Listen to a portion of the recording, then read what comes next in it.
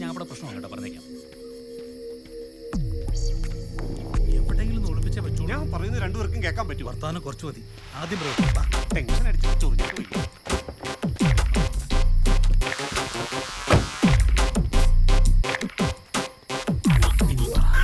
എന്തായാലും ഇതെവിടെ വെക്കാനുള്ള പ്ലാൻ? ഈ ഡിക്കിയിൽ വെച്ചാലോ? അപ്പുറത്ത് എങ്ങനെ കൊണ്ട് വെക്കുന്നു? ഇവിടെ ആരെങ്കിലും ഞാൻ പറയുന്നത് കേൾക്ക്, ഈ ഡിക്കി തന്നെ വെച്ചാൽ മതി. അവൻ പറഞ്ഞാൽ ശരി, ഇതിനകത്ത് തന്നെ വെക്കാന്നേ.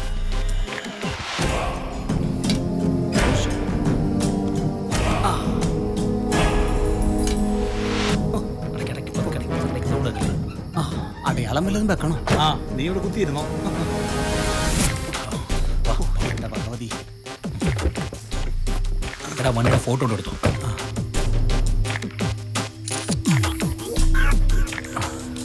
വിട്ടോ വാ.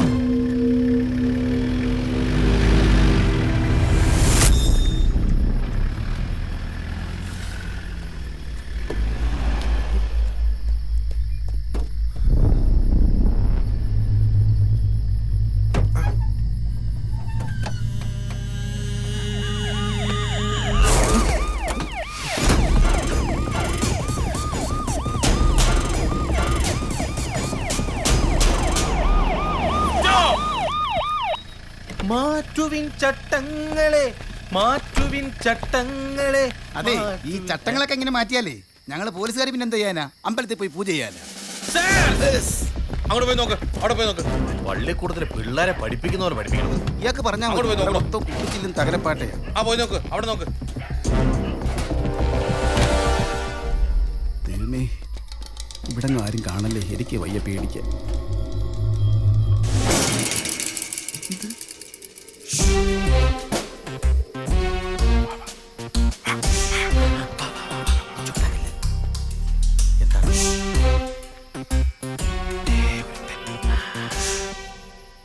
എന്താണ്?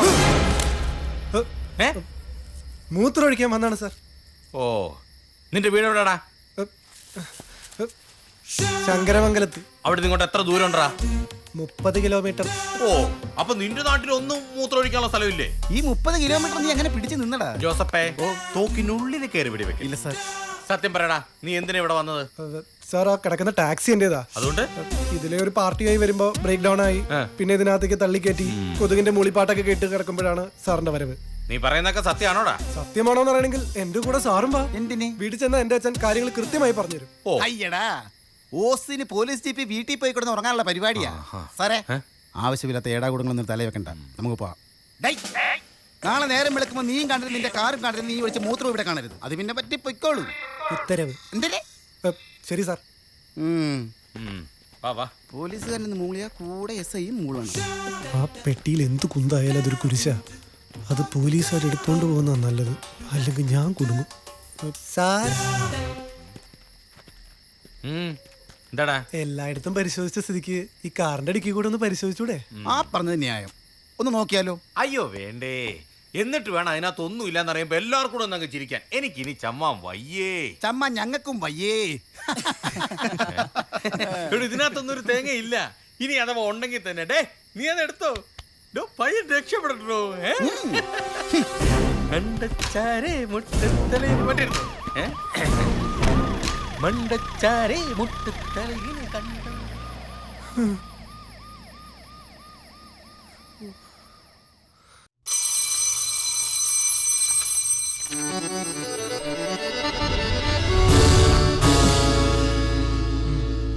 അപ്പൊ റിഹേഴ്സൽ തുടങ്ങാം. ചന്തു, പുതിയ 2 ഡയലോഗ് ഉണ്ട്, നോട്ട് ചെയ്തോ? ഓക്കെ, ആ പറഞ്ഞ മാഷ. നിധി നിധി നിധി, നിധി എന്ന് വിധി, വിധി എന്ന് നിധി, ആ വിധി ഈ വിധി ദുർവിധി. ഇതെന്താ മാഷ്, ഇതൊന്നും ആർക്കും മനസ്സിലാവില്ലല്ലോ. എല്ലാവർക്കും മനസ്സിലാവണമെന്നുള്ള നിർബന്ധമൊന്നും വേണ്ട. ഈ മനസ്സിലാക്കാൻ കഴിയാത്തതിനാണ് സ്റ്റാൻഡേർഡ് എന്ന് പറയുന്നത്. നമ്മൾ പോലും ചിന്തിച്ചുണ്ടാക്കാത്ത കാര്യങ്ങൾ മറ്റുള്ളവർ ചിന്തിച്ചുണ്ടാക്കി നമ്മളെ പുകഴ്ത്തും. ഈ മാഷ് ഒരു സംഭവം തന്നെ. Thank you. അപ്പൊ നമുക്ക് തുടങ്ങാം. ദൈവം തന്ന നിധി, പ്രപഞ്ചം തന്ന നിധി, സ്വപ്നം തന്ന നിധി. ആ നിധി അതെവിടെ? കൊണ്ടുവരൂ. കൊണ്ടുവന്നു കൊണ്ടുവന്നു കൊണ്ടുവന്നു. ഇത് തുറക്കാൻ വീണ്ടും ഒച്ച വെച്ച് ബുദ്ധിമുട്ടണോ? വേണ്ട വേണ്ട വേണ്ട. അയ്യോ,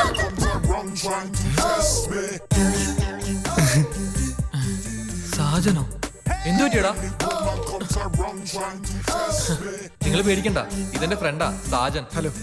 ഇവൻ ആളൊരു ഗൗളിയാ, ഏത് മുടുക്കിലും കേറിയിരിക്കും.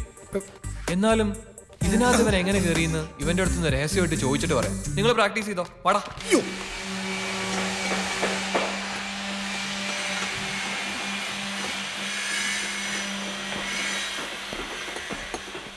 ശ്യാം, നീ അതൊന്ന് മെഷർ ചെയ്തേക്ക്. ആ മാഡം, ടി വി നമുക്ക് അവിടെ പ്ലേസ് ചെയ്യാം. അമ്മേ, എന്റെ ബെഡ്റൂമിലും ടി വി വെക്കണം. നിക്ക് ഇതിന്റെ കാര്യത്തിലൊരു തീരുമാനമാവട്ടെ. എനിക്ക് കിച്ചണിൽ നിന്നാലും ടി വി കാണണം, അത് പറ്റുമോ? സോറി മാഡം, കിച്ചണിൽ നിന്ന് ടി വി കാണരുത്. കോൺസെൻട്രേഷൻ ഒന്നും തെറ്റിയാ ഫുഡ് ചീത്തയാവും, പിന്നെ അപകടങ്ങൾക്ക് സാധ്യതയുണ്ട്. കുട്ടി അതൊന്നും അറിയണ്ട, ഇവള് പറയുമ്പോൾ അങ്ങ് ചെയ്തു കൊടുത്താൽ മതി. അതാ ഞാനും വിചാരിച്ചേ, ഈ പെണ്ണിന്റെ ഇഷ്ടത്തിനാണോ നമ്മുടെ വീട്ടിൽ ടി വി കാണുന്നത്? ഇതാ ഈ വക ടീമുകളെ ഒന്നും അടുപ്പിക്കാത്തത്. താമസിക്കുന്നത് ഞങ്ങളാ, ഞങ്ങളുടെ സൗകര്യം നോക്കേണ്ടത്. Sorry sir, this is not my taste and I do not want to continue this deal. Sure. Yes madam. Pack it up.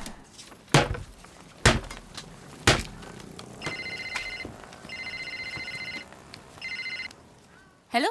Hello, ഞാൻ വിവേക്, സാജന്റെ ഫ്രണ്ടാ. ഞാനിത് പ്രതീക്ഷിച്ചതാ. ഒരുത്തന്റെ കയ്യിൽ നമ്പർ പോയാല് പിന്നെ അതങ്ങ് പടർന്ന് പോവല്ലോ. എന്താ ഇയാൾക്ക് ഇപ്പൊ വേണ്ടത്? അവളുടെ അമ്മൂമ്മടാ. ഹലോ. ഹലോ പാറു, എടാ ഞാനാ സാജൻ. നിനക്ക് എന്തിനു കേടാ? നീ എന്തിനാ എന്റെ നമ്പർ? എടി നിന്നെ ഇവൻ ലൈൻ അടിക്കാൻ വേണ്ടി വിളിച്ചൊന്നുമല്ല, അത്യാവശ്യമായിട്ട് ഞങ്ങൾക്ക് നിന്നെ ഒന്ന് കാണണം. ഞാനിപ്പോ നല്ല മൂഡിലല്ല, ഒരു വർക്ക് കഴിഞ്ഞു പോയി. എനിക്ക് ചെറിയൊരു ആപത്തുണ്ട്, നീ എന്നെ ഒന്ന് രക്ഷിക്കേ, വരല്ലേ? നിങ്ങൾ വലിയ ഫ്രണ്ട്സ് ആണെന്ന് പറഞ്ഞോണ്ടാ ഞാൻ വിളിച്ചത്. ഇവൻ വിളിക്കാനുള്ള മൂഡിലും അല്ലായിരുന്നു. അവനെന്താ പ്രശ്നം? അവന് ഒന്ന് വരുമോ? ഞങ്ങൾ റോയൽ ഗാർഡൻസിലെ കോഫി ഷോപ്പിലുണ്ട്. ഒടുക്കത്തെ ജാടയാണല്ലോടാ. ഏയ്, അവളും എന്തോ കുഴപ്പത്തിലാ, അതാ വരും. അച്ഛൻ്റെ അടുത്തുനിന്ന് വഴക്കൂടി വീണ്ടും ഒരു 2 lakh അറേഞ്ച് ചെയ്ത ഒരു വർക്ക് എടുത്തത്. അത് കൈവിട്ട മൂഡിലാണ് ഞാൻ. ഓ, ഇതാണോ തൻ്റെ ഫ്രണ്ട്? സോറി. ഇനി വീട്ടിൽ ചെല്ലുമ്പോൾ അച്ഛൻ്റെ വക. കഴിഞ്ഞ ആഴ്ച ഒറ്റയടിക്ക് ഒരു 5 പോയത്. അതൊക്കെ പോട്ടെ, പറ, എന്താ നിന്റെ ജീവൻ പോണ പ്രശ്നം?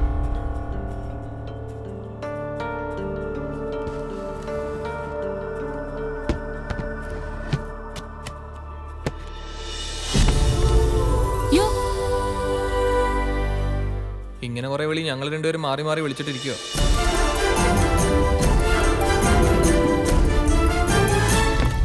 ഇതെങ്ങനെ കിട്ടി, എവിടുന്ന് കിട്ടിയെന്നൊക്കെ പറയാം. അതിനേക്കാൾ വലിയ വർഷം ഇത് എന്ത് ചെയ്യുന്ന. ഇത് എവിടുന്ന് കിട്ടിയതാണ് Saja? Excuse me sir, order please. ഒരു ക്യാപ്പുച്ചിനോ. Thank you sir.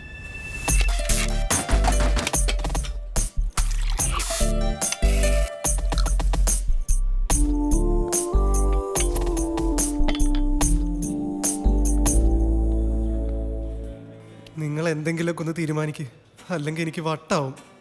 ഒറ്റയടിക്ക് 10,000 രൂപ കൂടുതൽ എനിക്ക് കിട്ടിയിട്ടില്ല, ഞാൻ കണ്ടിട്ടുമില്ല. ഇത് തിരിച്ചു കൊടുക്കാന്നാ ഇവൻ പറയുന്നത്. എങ്ങനെ കൊടുക്കും, ആർക്ക് കൊടുക്കും? ഈ പണത്തിന്റെ ഒറിജിനൽ അവകാശിയല്ലല്ലോ അവൻ കണ്ടത്. പോലീസിൽ ഏൽപ്പിച്ചാലോ? അതാ ഞാനും പറഞ്ഞു. അത് പിന്നെ എങ്ങും എത്തത്തില്ല, പല പീസുകളായിട്ട് പല പോക്കറ്റിലേക്കും പോകും. എടാ, നിനക്ക് ദൈവവിശ്വാസം ഉണ്ടെങ്കിൽ ആ ദൈവം കാണിച്ചു തന്ന വഴിയാ ഒന്ന് രക്ഷപ്പെടാൻ. ഈ കാശ് എടുത്ത് ബിസിനസ് ചെയ്യാനാ ഇവൻ പറയുന്നു. പെട്ടെന്ന് അങ്ങനെ ചെയ്ത കാശ് എവിടെ നിന്ന് കിട്ടിയെന്ന് ഓർത്ത് എല്ലാവർക്കും സംശയമാവില്ലേ? അതിനല്ലേ പണച്ചാക്കെന്ന് പറഞ്ഞ് ഈ പാർവതിയെ വിളിച്ചു വരുത്തിയത്. ഇവൻ പറഞ്ഞതാ പണച്ചാക്കെന്നൊക്കെ. പണം വല്ലതും കയ്യിലുണ്ടോ അതോ ചാക്ക് മാത്രമുള്ളോ? ഞാൻ അച്ഛനോടൊന്ന് ചോദിക്കട്ടെ. എന്ത് ചാക്കേ ഉള്ളോന്നോ? ഇയാൾ ആദ്യം ഈ ചൊറിച്ചിലൊന്ന് നിർത്ത്. നിങ്ങൾ ഇത് പറയുമ്പോൾ ഞാൻ ആലോചിക്കായിരുന്നു, അച്ഛനോട് ഡിസ്കസ് ചെയ്ത ഒരു കറക്റ്റ് സൊല്യൂഷൻ കിട്ടും.